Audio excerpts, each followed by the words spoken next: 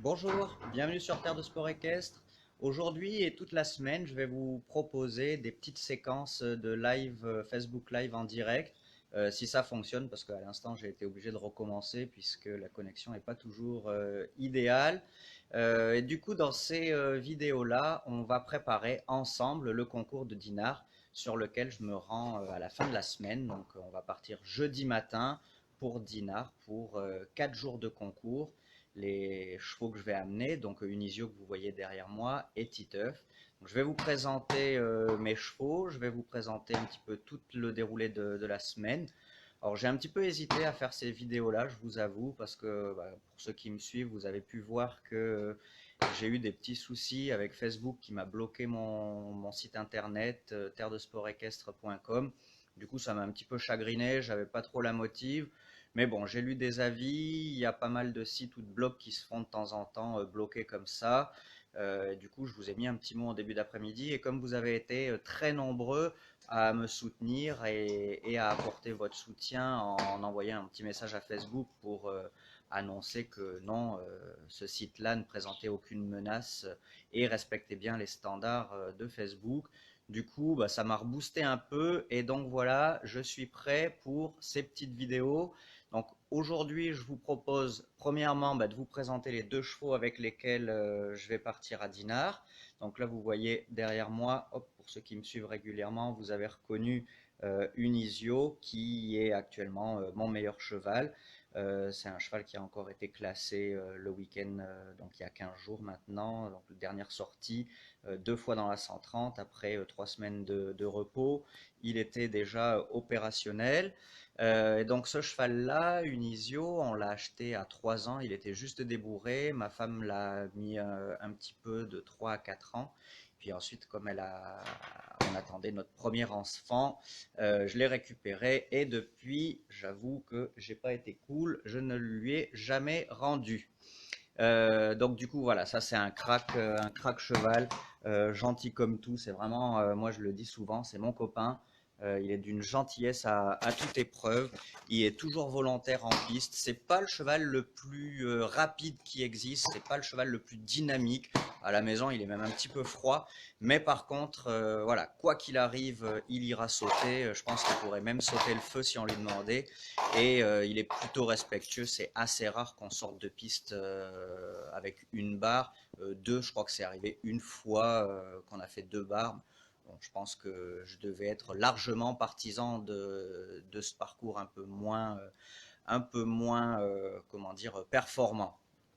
Donc voilà, donc Unisio, lui, je l'ai engagé donc le premier jour sur l'herbe au Valporé dans le Grand Prix 130, donc le vendredi. Ouais, le vendredi, il fait le Grand Prix 130. Le samedi, je me suis fait le plaisir de l'engager dans la puissance, parce que j'aime bien ce genre d'épreuve. Ça fait très longtemps que j'ai pas participé à ce style d'épreuve. J'en avais fait quand j'étais à la garde, j'en avais fait avec mon cheval Cadeau, mon vieux pépère. Tiens, regardez, hop, il est là, Cadeau. Voilà, vous le voyez. Regardez, je vous le montre un peu mieux. 21 ans, hop, voilà. Dis bonjour, Cadeau. Attendez, c'est un peu galère, je galère un peu avec le téléphone. Viens là, mon copain. Hop, voilà, hop. Donc voilà, donc j'en avais fait une avec Cadeau à l'époque, j'en avais fait une avec Nabucco de Merona, mon crack cheval militaire, et j'en avais dû en faire une aussi avec Holding de Yon, un super cheval que j'avais eu la chance de monter, un cheval du CSO de la garde républicaine, un vrai cheval qui m'a beaucoup beaucoup appris à l'époque.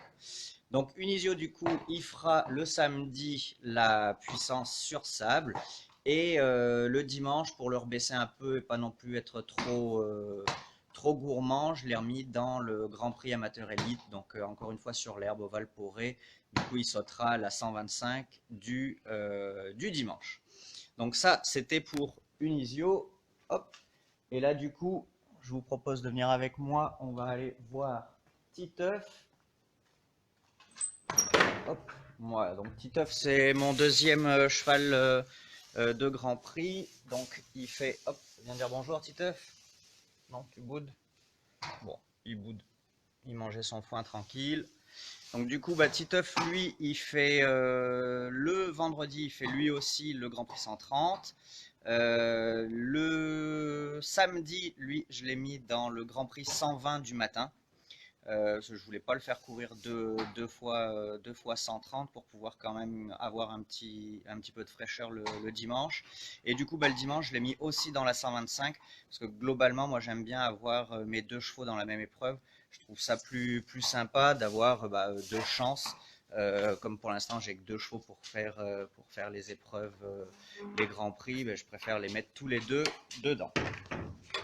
Hop.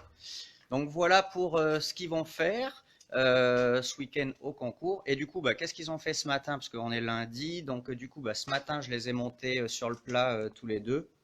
On a fait du travail de stretching, hein, essentiellement du travail de stretching.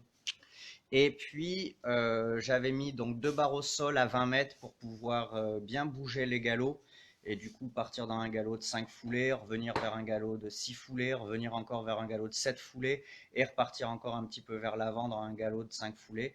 Donc voilà, je les ai un petit peu bougés comme ça tous les deux dans une attitude plutôt ronde et assez basse. Comme vous savez que c'est important pour moi d'avoir des chevaux très relax et je trouve que cette attitude nous permet d'obtenir beaucoup de relâchement et physiquement et mentalement. Donc je les ai travaillés comme ça.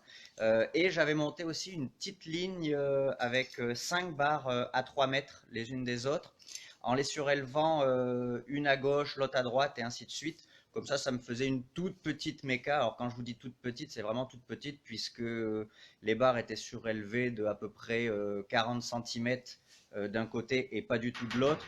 Donc au milieu, il devait y avoir 20 cm. Donc c'était même pas des petits sauts, mais ça permettait de faire, comment dire, ah, il y a Jennifer qui commande, j'aime beaucoup faire cet exercice de variation de galop entre deux barres au sol. Alors moi aussi, Jennifer, j'aime beaucoup.